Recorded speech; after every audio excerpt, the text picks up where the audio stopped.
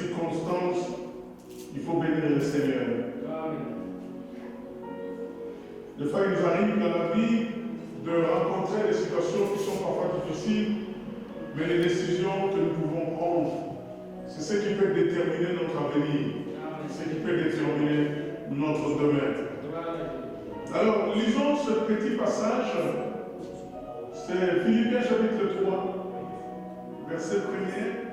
La Bible dit: Enfin, mes frères, réjouissez-vous de tout ce que le Seigneur est pour vous. Il ne m'en coûte pas de me répéter en vous écrivant, et pour vous, cela ne peut que contribuer à votre sécurité. Mais lui second dit: Au reste, mes frères, réjouissez-vous dans le Seigneur. Je ne me lasse point de vous écrire la même chose. Et pour vous, cela est salutaire. L'apôtre Paul parle du salut. Pourquoi il parle du salut? Parce que le salut, comme je l'ai dit, c'est un bouquet, c'est un paquet. Où dans le salut, vous avez tout. Dans le salut, on retrouve la paix. Dans le salut, on retrouve l'amour. Dans le salut, on retrouve le contentement. Dans le salut, on retrouve la joie. Dans le salut, on retrouve la délivrance. Lorsqu'on dit Jésus nous a délivrés, lorsqu'on dit Jésus nous a sauvés, ça veut dire que dans ça, nous avons tout ça dans le salut. Il nous a sauvés, il nous a délivrés, il nous a donné la paix, il nous a bénis, il nous a donné la paix qui surpasse toute intelligence. Et l'apôtre Paul, il va plus loin lorsqu'il nous écrit ce passage en disant: Réjouissez-vous dans le Seigneur. Amen. J'aime la connotation que l'apôtre Paul met sur ça. Il dit: réjouissez-vous dans le Seigneur. Parce qu'on peut se réjouir dans le monde. On peut se réjouir d'autres choses. Hier, c'était le match du Real Madrid et Liverpool. Si vous allez dans le stade, vous allez voir que hier, c'était la jouissance. C'était la joie. C'était la joie. Mais cette jouissance-là que nous pouvons avoir hors du Seigneur, c'est une jouissance qui est éphémère. Mais pourtant, en Christ, la joie, elle est parfaite. La joie, elle est permanente. Cette joie-là, même au ciel, nous serons avec lui, chantant et louant Dieu de tous nos cœurs. Réjouissez-vous dans le Seigneur. Pourquoi la joie? Pourquoi se réjouir dans le Seigneur? L'apôtre Paul lui-même évoque cela dans Galates lorsqu'il s'exprime par rapport à sa fierté, par rapport à sa joie, par rapport à ce qu'il peut se glorifier. L'apôtre Paul dit ceci dans Galates chapitre 3, chapitre 6, au verset 14. Il dit: En ce qui me concerne, mes frères, je ne vais en aucun prix placer ma fierté ailleurs que dans la mort de notre Seigneur Jésus-Christ. Par elle, en effet, le monde dominé par le mal a été crucifié pour moi, de même que moi, je l'ai été pour le monde. Le second dit: Pour ce qui me concerne, loin de moi la pensée de me glorifier d'autre chose que la croix. L'apôtre Paul, sa joie était dans le Seigneur. Oui, son honneur était dans le Seigneur. On peut se glorifier de tout ce que nous avons acquis tout au long de notre vie dans ce monde. Les maisons, les voitures, les habits, même voir même les papiers, les documents européens. Tu peux même changer ta nationalité. Tout ce que nous avons acquis dans ce monde ici, les enfants, les femmes, l'argent en banque, les voyages partout. Mais ce sont des choses qui passeront. Voyez-vous que quand nous avons traversé cette période dramatique où nous avons été tous confinés dans nos maisons, la pandémie a frappé le monde entier. Moi, j'ai vu perdre des amis qui avaient acheté des maisons en Belgique. J'ai vu perdre des amis qui avaient tout, qui avaient même construit des maisons en Afrique, au Congo. Des amis qui avaient des projets. Et tout au long de cette histoire de la pandémie, il y a beaucoup de gens qui sont morts. Même ici en Europe, les riches. Nous avons perdu un blanc à Anvers. Il était parmi les riches d'Anvers. La Bible dit qu'à quoi sert à un homme de gagner tout le bien de ce monde et perdre son âme. La joie en Christ, c'est une joie qui est permanente. Et c'est une joie qui a une référence. Nous avons un motif d'être dans la joie dans le Seigneur. Il dit, pour moi, ma fierté, je la place en Christ, dans sa mort. Qu'est-ce que la mort? Qu'est-ce que la mort de Jésus nous représente? Qu'est-ce que la croix nous représente? La croix représente beaucoup de choses. C'est par la croix que nos pardons, c'est là que nos pardons ont été obtenus.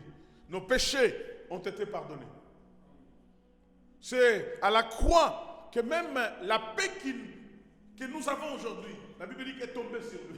Le châtiment qui nous donne la paix est tombé sur nous. Alléluia. Est-ce qu'il y a quelqu'un dans la joie? Alléluia. La Bible dit que la croix, c'est un endroit qui a permis que nous puissions acquérir la richesse, la vraie richesse. Parce que la Bible dit que des riches qu'il était, il s'est appauvri. Pour que nous devenions riches. C'est pour cela les faibles, à travers la croix, ils ne disent pas je suis faible, ils disent je suis fort. C'est pour cela les pauvres, à travers la croix, ils ne disent pas que je suis pauvre, je suis fort. L'apôtre Paul dit, bien qu'on nous regarde comme des hommes qui n'ont rien, mais pourtant nous enrichissons beaucoup. Oui, oui, oui.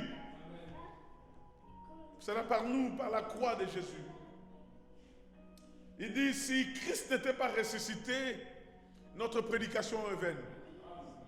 Nous ne représentons rien. Il dit, si Christ n'était pas ressuscité, il dit, même ceux qui sont morts en Christ sont morts en vain. Voilà la croix. La croix a permis que Christ monte au troisième jour, qu'il ressuscite. La Bible dit qu'il est mort pour nos péchés, mais il est ressuscité pour notre justification. On devient juste devant Dieu. Il n'y a plus de condamnation pour ceux qui sont en Jésus. Où places-tu ta joie? Où places-tu ta joie? Il dit, je me glorifie dans le Seigneur. Mais moi j'ai compris que, bien aimé dans le Seigneur, la joie c'est quelque chose de très important. Dans le cœur de quelqu'un, la joie peut faire beaucoup de choses. Il dit dans Philippiens 4:4, il dit, réjouissez-vous dans le Seigneur, je le répète. Réjouissez-vous. D'autres versions disent, soyez dans la joie dans le Seigneur. Je le répète, soyez dans la joie. Et à chaque fois qu'on parle de la joie, on parle des inquiétudes. On parle de la joie, on parle des soucis. Soit tu es dans le souci, soit tu es dans la joie. C'est pour ça que dans le même chapitre 4 de Philippiens, au verset 6, il dit, ne vous inquiétez de rien. Voilà. Il dit, en toute chose, faites connaître vos besoins à Dieu par des prières, par des supplications et par des actions de grâce. Même quand on a des problèmes, la Bible dit, donne des actions de grâce. C'est contraire, c'est mon frère. Quand on a des problèmes de l'argent, la Bible dit, donne de l'argent à Dieu. Les problèmes ne justifient rien ce que nous pouvons faire à notre Dieu. Et la Bible dit, et la paix de Dieu qui surpasse toute intelligence remplira vos cœurs. Parce que le cœur, c'est le centre de tout mot. Si ton cœur est dans la joie, tu vis heureux. Si ton cœur est dans la tristesse, tu vis malheureux.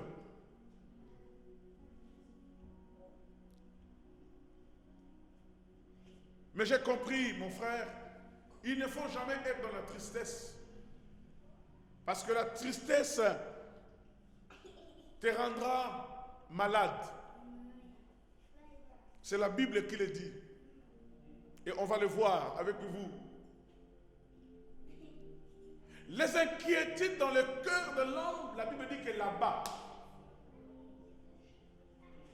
Proverbe 12, 25 dit, l'inquiétude dans le cœur de l'homme, là-bas.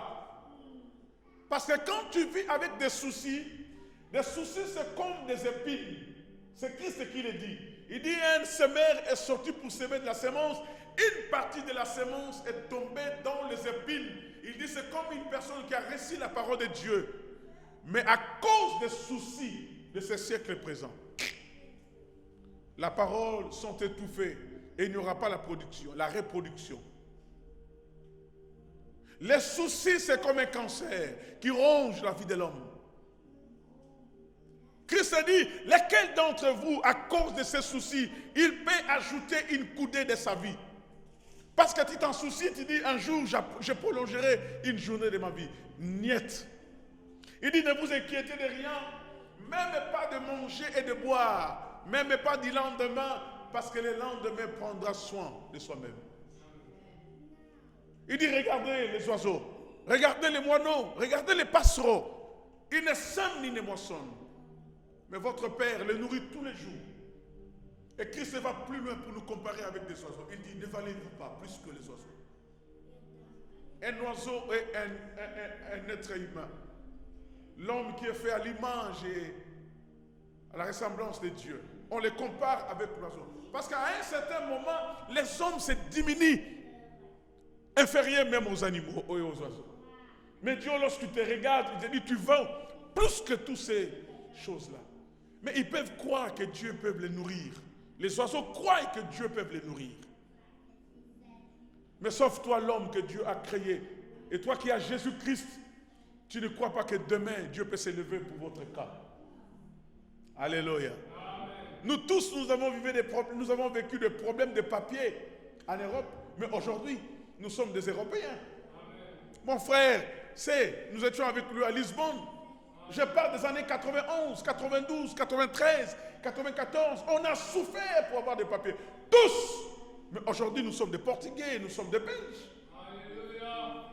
Même si, bien aimé, la journée, bien aimé, se prolonge, la nuit arrivera. Même si la nuit se prolonge, le matin va arriver. Et la Bible dit que les bontés de Dieu ne sont pas épuisées. Ouais. Les bontés de Dieu ne sont pas épuisées. Elles se renouvellent chaque matin pour nous. Tu as envie quelqu'un qui est français? Tu as envie quelqu'un qui est naturalisé? Ne vous en faites pas. Il est le maître du temps et des circonstances. Demain, toi, tu auras et tu peux surpasser même ceux dont tu as déjà trouvé ici sur cette terre ou en France qui ont des papiers plus que toi. Tu peux avoir la maison avant eux. Parce que la grâce, lorsqu'elle vient dans la vie de quelqu'un, la grâce se surprend. Oh, mes frères, confions-nous à l'Éternel.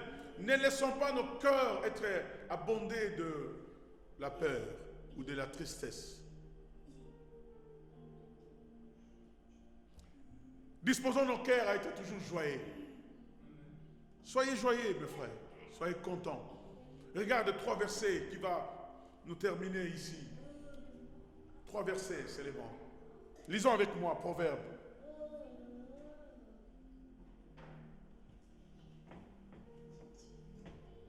Alléluia. Proverbe chapitre 17, verset 22. Qu'est-ce que la Bible dit? Oh, j'aime ça.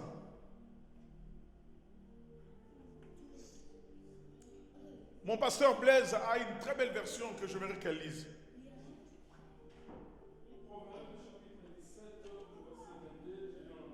Amen. Un cœur joyeux est un excellent remède. Dans ma version, on dit un cœur joyeux est un bon remède. Oui, la deuxième partie. Mais l'esprit déprimé mine la santé. Là-bas, on dit quand ton esprit est déprimé, c'est ta santé qui est minée. Mais dans la version seconde, on dit un esprit abattu dessèche les eaux. Voyez-vous l'importance d'avoir la joie? Si tu es triste, sache-le que ce sont tes ossements qui seront desséchés. Pasteur, demeure dans la joie. Demeurons dans la joie. Oh, quand je suis entré, j'ai senti la puissance de Dieu. J'ai senti la vie dans le message que tu as donné. Adoptons des fois une attitude d'acceptation. Même quand les choses ne vont pas, on dit Seigneur merci, parce que tout va bien. Amen.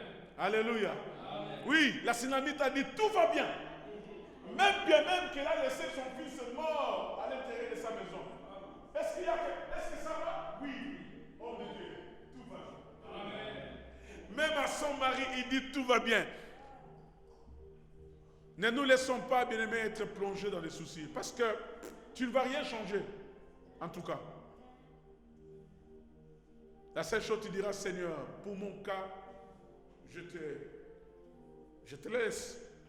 Parce que c'est lui qui est le maître des temps et des circonstances. Lorsqu'on a un cœur joyeux, la Bible dit que ça va te servir comme un bon médicament. C'est difficile de voir quelqu'un qui a un bon cœur de tomber malade. Quand tu es toujours content dans ta vie, c'est difficile, mon frère, de tomber malade. C'est difficile. Difficile. Les pandémies frapperont, mais toi, tu vivras. Et j'ai dit à quelqu'un, tu vivras. David a dit, même la peste qui frappe en plein midi, il ne me touchera pas. Oui, 1000 à ma gauche, 10 000 à ma droite, je ne serai jamais atteint. Alléluia. L'Éternel ne laissera pas ton pied chanceler. Ouais. Quand on est dans la joie, on est disposé à tout. On dit Seigneur merci. Merci le matin, merci dans les après-midi, merci le soir. Et quand on se réveille, on dit encore merci à Dieu.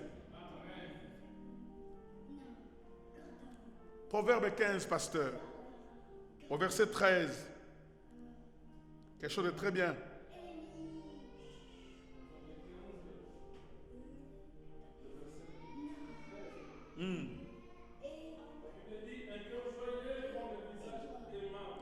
Un cœur joyeux rend le visage aimable. En portugais, j'aime ça. Un coração alegre a formoseia o rosto.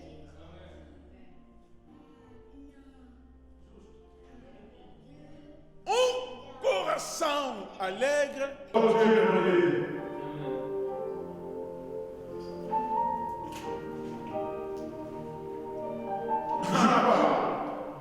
Le verset 18. Pasteur, tu as quelle question?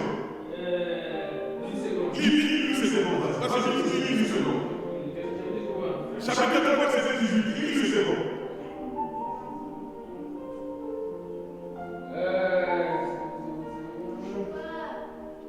Je rassemblerai ceux qui sont dans la tristesse. Oui.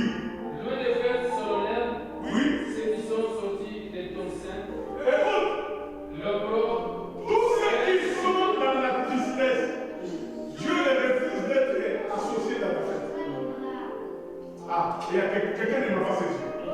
Il dit tous ceux qui sont dans la tristesse seront quoi? Loin de fête solennelle. Qu'est-ce que la Bible dit? Je suis dans la joie de ce que je dis. Ah non. Oh, que Dieu bénisse sa parole. Amen. Lève-toi là où tu es, mon frère. Alléluia. Gloire à Jésus. Alléluia. Je ne sais pas quel est le problème qui te dérange, qui te perturbe. Chacun de nous avons des différents types de problèmes.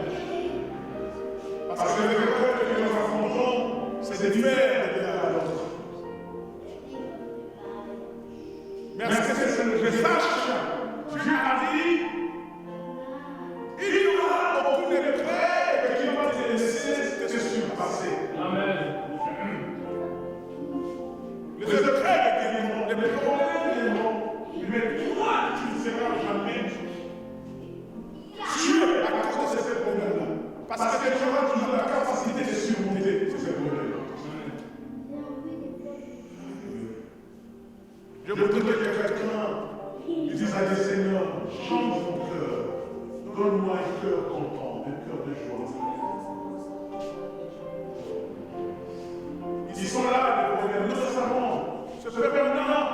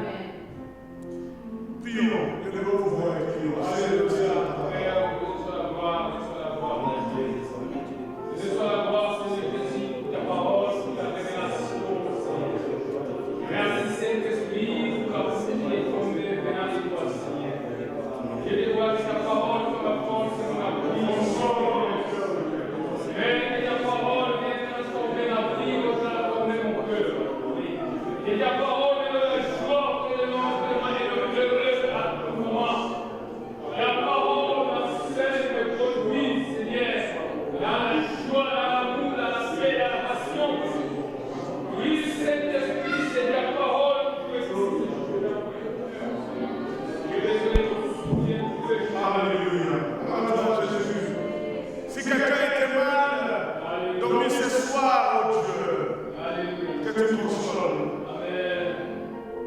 Quelqu'un traverse des moments difficiles, Seigneur, dans son cœur, ce temps, comment va se passer des choses. Mais je veux te dire une chose, mon frère. Dieu connaît tes problèmes. Et Dieu connaît tes difficultés. La seule chose que tu te demandes, c'est de révéler ta force lorsque tu te confies en lui. De prendre le sang comme tu te lèves, de marcher, de ne pas se fatiguer, de courir sans se lâcher. Parce que la Bible dit, il augmente la rivière, c'est celui qui tombe en défaillance. Si tu tombes aujourd'hui en défaillance, je demande à ce que Dieu augmente sa rivière dans ton vie. Que tu aies encore confiance en Dieu. Tu servais Dieu avec joie, mais tu as perdu cette joie de ce serviteur. Tu te donnes le fond de l'église et tu te donnes lui, parce que la vie est devenue difficile. L'église n'a pas même pas, tu donnes lui. Tu dansais avec joie, mais pendant ce moment, le problème t'ont envahi, et quand tu viens à l'église, tu es comme un indifférent. Oh Seigneur, merci. C'est pas simplement au Dieu qui me console, mais qui console mon cœur et mon esprit.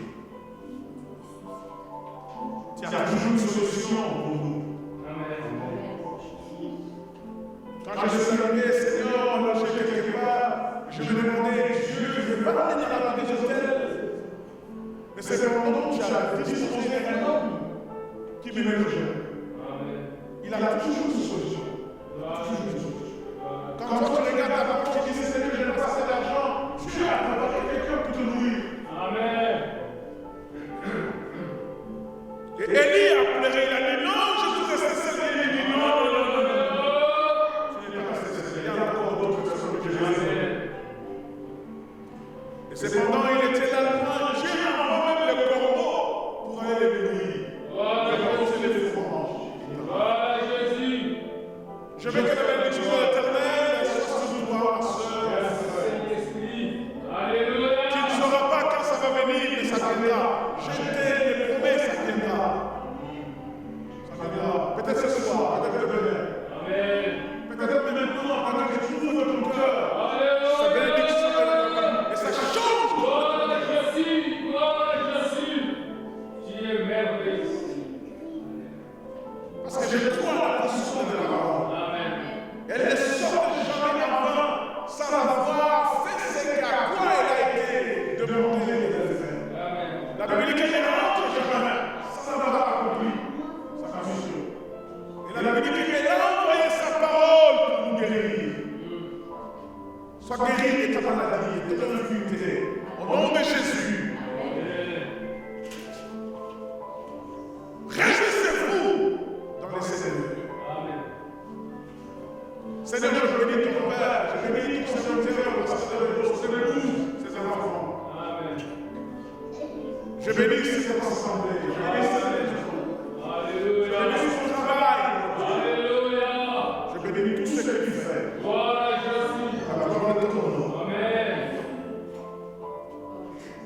Toi, avec nous, c'est la majorité, Seigneur. Amen. Ce n'est pas les gens bien-aimés qui sont là, ou les gens qui manquent, Seigneur, mais nous. Nous sommes contents parce que tu es là. Amen. Et tu nous as précédés avant que nous arrivions, Seigneur, tu étais là déjà. Et tu connaissais ce jour. Amen. Que quelqu'un sera, oh Dieu, relevé de sa faiblesse. Amen. Je bénis ce dimanche, Père. Gloire à Jésus. Au nom de Jésus. Amen. Gloire à Jésus.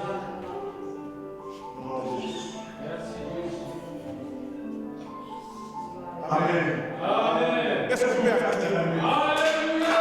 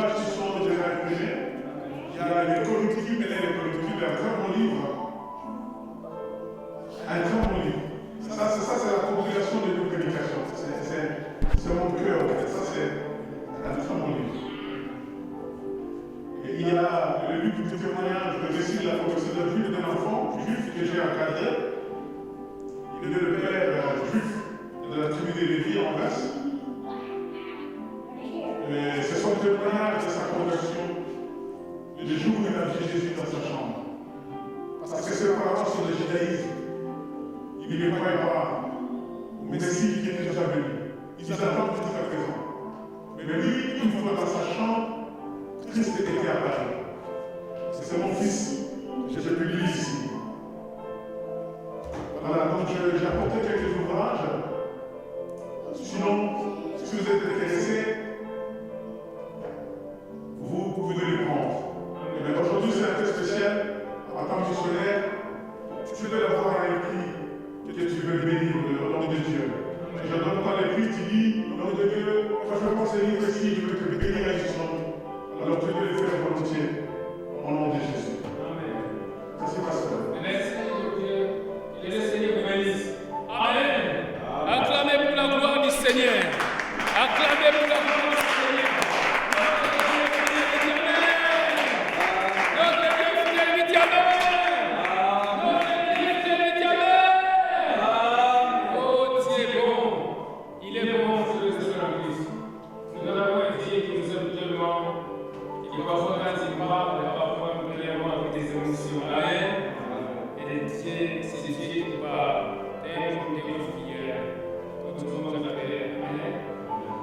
Voilà, nous sommes arrivés à la fin. Les livres sont là. Si vous pouvez venir le juger, si vous lèvez du Seigneur, faites cela pour la gloire du Seigneur. Au nom de Dieu, que le Seigneur vous bénisse pour votre sacrifice, votre temps que vous avez pris, votre considération sur vous.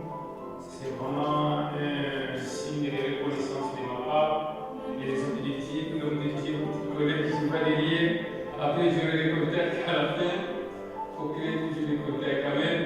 Avec la maman, que le Seigneur contacte vous bénir. Amen. On est très contents. Vous voyez, on est physiquement prêt, mais je vois comme si on est rempli. Et voilà, la classe est remplie déjà. Dites Amen. Nous devons vivre par la foi. J'ai béni l'équipe du match, que le Seigneur vous bénisse pour faire les vidéos. Je vois que c'était quand j'ai demandé de faire le travail, toujours prier pour faire le travail. J'ai demandé le même toujours à la même fait pour moi la fiche.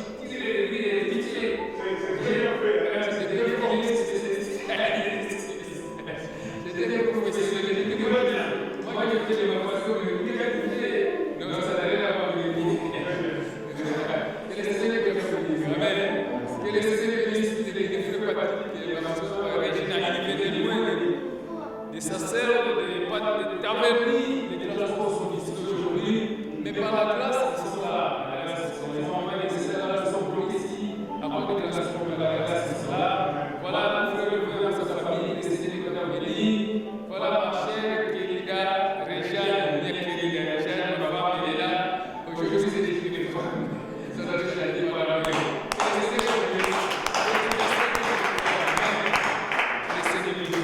Voilà. Et maintenant, nous allons apporter nos offrandes de dîmes. Préparez votre offrande. Et si vous préparez l'offrande dans la maison de Dieu, et pensez aussi à l'homme de Dieu, pensez aussi à l'œuvre de Dieu, apportez votre offrande de la dîme pour la gloire de Dieu. Amen. J'ai déjà dit que moi, de nos parents et des jeunes, chaque week-end, nous serons en de prière, nous serons prier. Préparons-nous, disposons-nous. Les mercredis et les vendredis, notre équipe est là. Venez venez s'il vous plaît. Mettez la s'il vous plaît,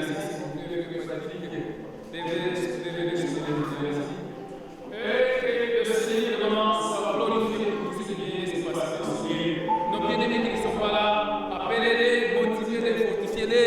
Ils ont des malades, c'est ça, des problèmes, c'est ça. Motivez-les par le téléphone. Moi, j'ai le téléphone, motivez-les. Amen. Dieu est fidèle, nous avons arrivé. Vous venez dans la parole, soyez délivrés. Vivez ce que vous avez, vivez ce que nous allons avez. Ayez toujours la joie. Le Seigneur est votre pasteur, il est là. Malgré les circonstances qui sont différentes, contraires à ce que vous pensez, malgré les résultats que vous voyez, contraires à ce que vous espérez, d'aimer toujours faire, fidèle. Parfois, il y a des moments où vous prenez des décisions aussi qui sont drastiques, des décisions fermes, des décisions extraordinaires à cause d'une situation, parce que c'est nécessaire de le faire. Amen. Quand c'est nécessaire, priez pour ce que dit dans la Église. C'est alors qu'on a la grâce de Dieu se manifester. Mettons-nous debout pour le voir Seigneur.